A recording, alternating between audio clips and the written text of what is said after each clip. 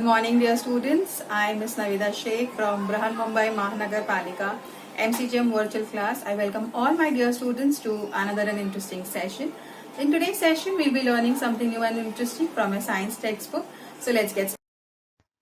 Good morning, dear students. I am Ms. Navida Sheikh and I welcome all my dear students to another and interesting session. In today's session, we are going to learn a very interesting chapter from your science textbook, that is plants, structure and functions.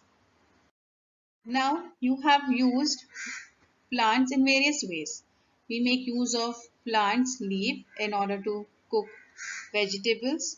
Leafy vegetables are used. We make use of the stem like potato. We make use of fruits like radish, apple, the fruit. Okay, we make use of the stem for various purposes like furniture, for paper, for your pencils. And other than that, we also make use of the plants in terms of medicines. You make use of tulsi, turmeric, amla, aloe vera. These are all parts of the plants that you are actually using, like the leaf, the roots, the fruit, or the leaves in aloe vera plant. So plants are very useful to us and hence it is important for us to understand about them and their structure in detail and how they function. So let's get started. Now before I start, I would like to ask you all a very simple question. What helps us to easily identify the plants around us? Now if I show you an image of a few plants, you can at once tell me which plant it is. When you see the first image, you at once understand that this plant is a strawberry plant. In the next image, you can see that it is a flower and that flower is and the plant itself is rose plant. And the other one is the cactus plant. But how did you identify it? We identified it with the help of the parts of it, right? We identified strawberry with the help of the fruit it had, right? We identified this plant, rose plant, with the help of the flower it bears, and the last one with the stem it has, right? So all different plants have different modifications and different structures in order to identify, and we have learned these parts in our previous standards. Now, as we know that plants bear different structures and those structures are actually useful to us, like the stem, the roots, leaves, flowers, seeds, bulbs, fruits. Now here you can see the various parts of the plants. We have already learned about that. The main parts of a plant include roots, stem, leaves, flowers and fruits. Now, as there is an activity that you can do at home in order to see how the plants germinate, you can sow a few seeds into the soil and observe the growth of the plant. Now, this is how they grow. The seeds germinate into roots and shoot. The root that you see, the white color thing that is going down into the soil, that is called as the radicle, which forms into roots. And the one which is coming outside, the green portion that you see, that will turn into the stem portion of the plant. The part that grows inside the seed towards the soil is called as the radicle. This part that you can see is the radicle, and the part that grows above the soil is called as the plumule. This will turn into a stem. Now here you can see clearly how these roots are developing and moving into the soil, because you cannot actually see it when you pot a plant.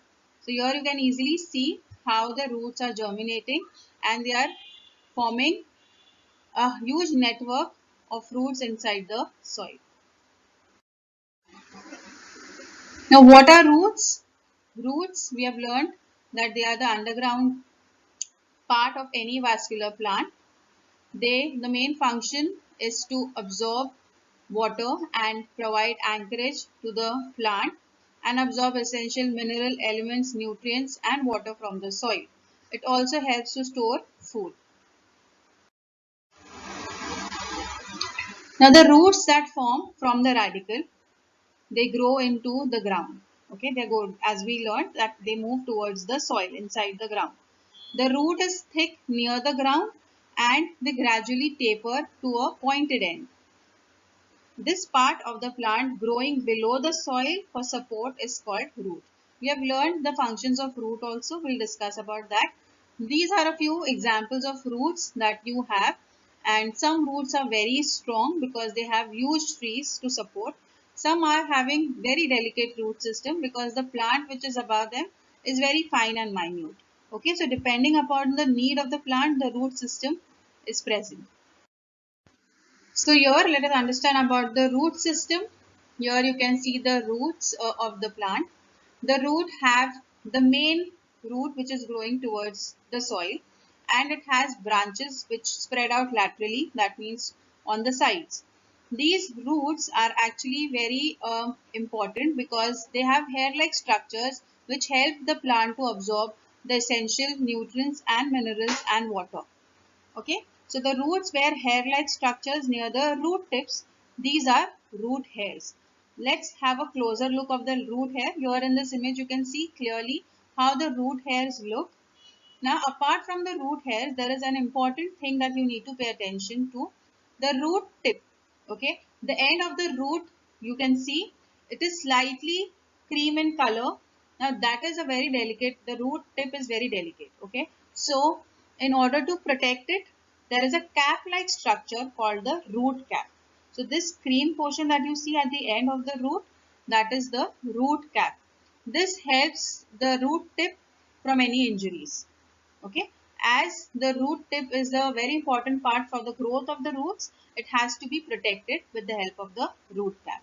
So this is how the roots inside the soil appears.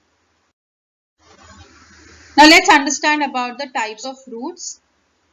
Now basically we'll be learning about two types of roots, main types, that is taproot and fibrous root. Taproots you will usually find it, they have main central root upon which there are small lateral roots, very small. Okay, it is not very dense. You have the main central root, and from that you have small lateral roots coming out that are called hairs which are attached to it, and you will find taproot system mainly in dicotyledon plants. Example: beetroot, china rose, mustard, carrot. Then you have fibrous root system. This root system is very different from the taproot.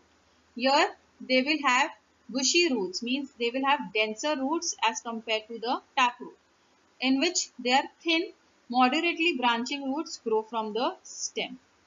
They are basically present in monocotyledon plants. Okay, and the examples might is rice, wheat, maize, marigold, etc. These are a few examples of taproots. Taproots are basically very important for the plants in order to store the food.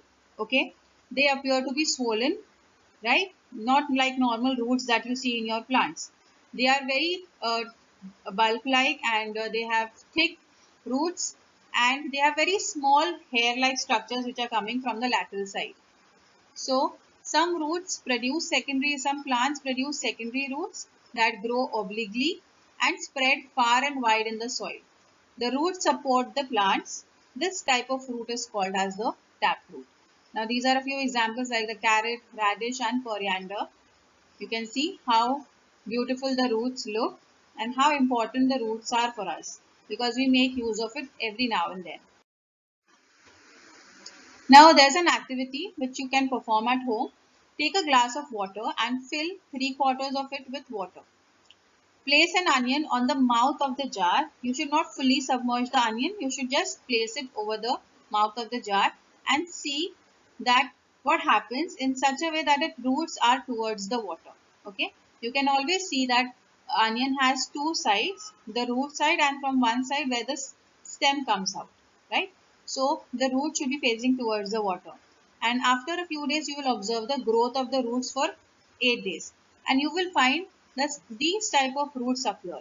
Now these roots are very different from the roots that we learned right now. That was taproot.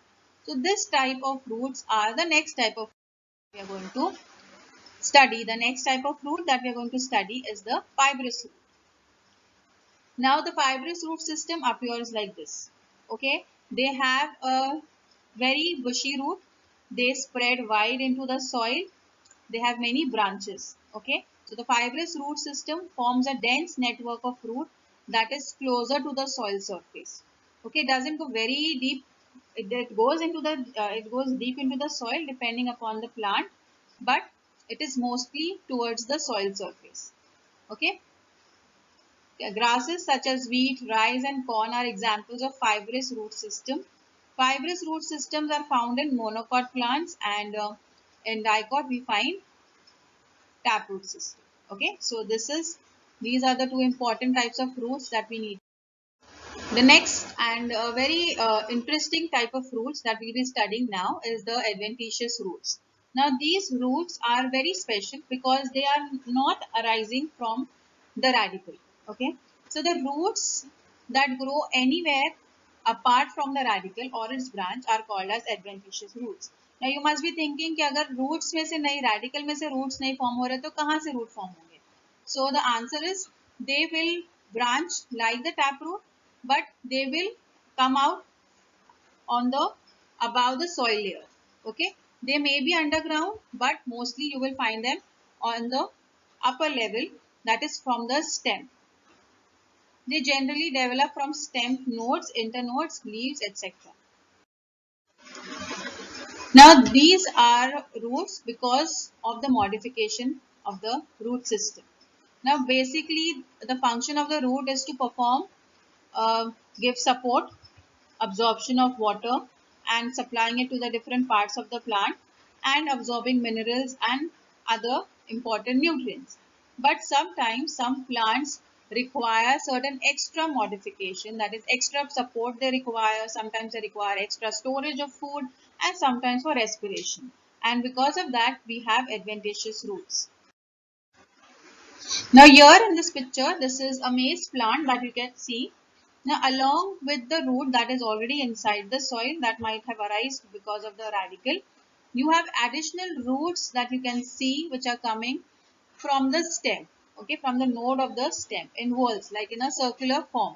So they are short, but they are thick, and when they go into the soil, they form fibrous root system which gives additional support to the plant.